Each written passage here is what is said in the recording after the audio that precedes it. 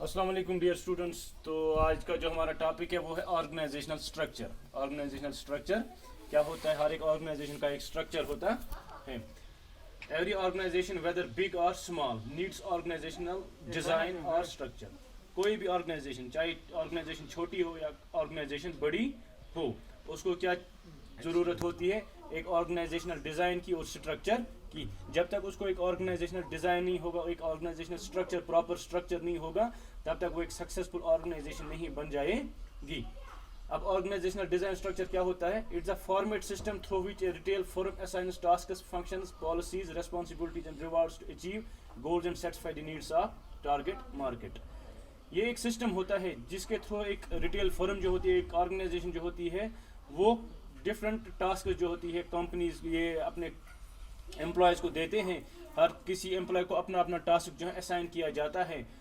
Policies बनाती हैं, किन पॉलिसीज़ के थ्रू जो है वो अपना काम करेंगे, किन किन पॉलिसियों की उनको ज़रूरत होती है, उनको लगता है क्या क्या पॉलिसी जो है जो सक्सेसफुल ऑर्गेनाइजेशन के लिए ज़रूरत है, वो पॉलिसीज़ वो जो है बनाते हैं। रिस्पॉन्सिबिलिटीज़, डिफरेंट जो पर्सनल होते हैं, डिफरेंट जो एम्प्लॉयज़ होते हैं, उनको डिफरेंट रिस्पॉन्सिबिलिटीज़ दी जाती हैं कि आप जो है कैशियर का काम संभालेंगे, आप जो है वहाँ पे डिस्प्ले पे रहेंगे, आप जो है वहाँ पे रहेंगे, जो मतलब ये आप जो है मैन्युफैक्चरिंग में रहेंगे, आप जो है मतलब वहाँ डिस्ट्रीब्यूशन में रहेंगे, आप गोदाम में रहेंगे। तो जो डिफरेंट जो वहाँ पे एम्प्लॉयज़ होते हैं तो उनको डिफरेंट जो है रिस्पॉन्सिबिलिटीज़ दी जाती हैं। And rewards to achieve goals, rewards दिए जाते हैं। जो मतलब एक गोल्स होते हैं, जो गोल्स जो मकसद उनके होते हैं, जो उनने गोल्स सेट किए होते हैं, जो उनका एम होता है, जब वो एम्प्लॉय एक अचीव करता है तो उसको रिवार्ड दिया जाता है, उसको इनाम दिया जाता है उसके काम के लिए। And satisfy the needs of A target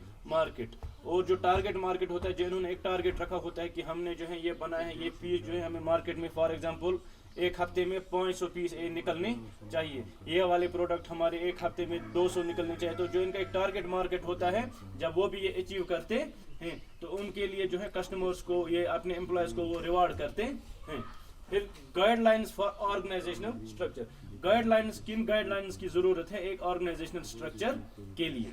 पहला जो है इसमें that is there should be sufficient personnel to provide appropriate customer service. Appropriate जो है कस्टमर सर्विस, मतलब कस्टमर को सर्विस, अप्रोप्रिएट सर्विस प्रोवाइड करने के लिए क्या होना चाहिए?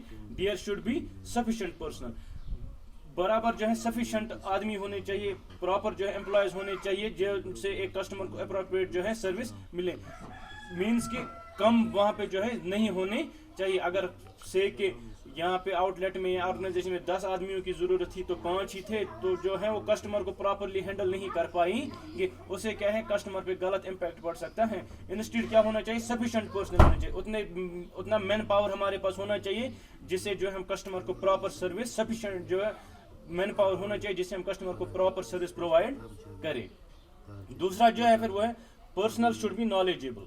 जो हमारे पास पर्सनल है, जो हमारे पास मैन पावर है, जो हमारे पास एम्प्लॉयज हैं, दे शुड बी नॉलेजेबल। उनमें जो है इल्म होना चाहिए, इल्म होना चाहिए। दैट मीन्स उनको उस चीज़ की वो क्या कर रहे हैं, वो उनको जो काम दिया गया है, जो भी उनको ड्यूटी असाइन की गई है, उस ड्यूटी को लेके उनको नॉलेज होनी चाहिए। ऐसा ना हो कि किसी को जो है कैशियर का काम दिया गया तो उसको पता ही नहीं है कि कैशियर की क्या मतलब रिस्पॉन्सिबिलिटीज हैं। तो जो भी उनको ड्यूटी असाइन की गई है उस ड्यूटी का उन्हें नॉलेज होना चाहिए। Then third one is store facilities should be well maintain. जो स्टोर फैसिलिटीज हैं वो अच्छे से मेंटेन की हुई होनी चाहिए। मीन्स कि जो भी हम पीछे जो हमारा स्टोर है, जो हम बैलेंस रखते हैं अपने पास, जो हमारा ये पीछे माल होता है स्टोर में, उसको जो हमने है अच्छे से मेंटेन करना है। It should not be like कि हमें कहीं पे जो है कस्टमर को किसी चीज़ की वो कोई चीज़ प्रोवाइड करनी थी तो हमारे पास है ही नहीं। इन चीज़ों की हमें जो है इन्फॉर्मेशन होनी चाहिए, स्टोर में जो है ये चीज़ें होनी चाहिए और इस चीज़ की हमें अच्छे से नॉलेज होनी चाहिए और हमें जो है स्टोर को अच्छे से मेंटेन करना है। उसके बाद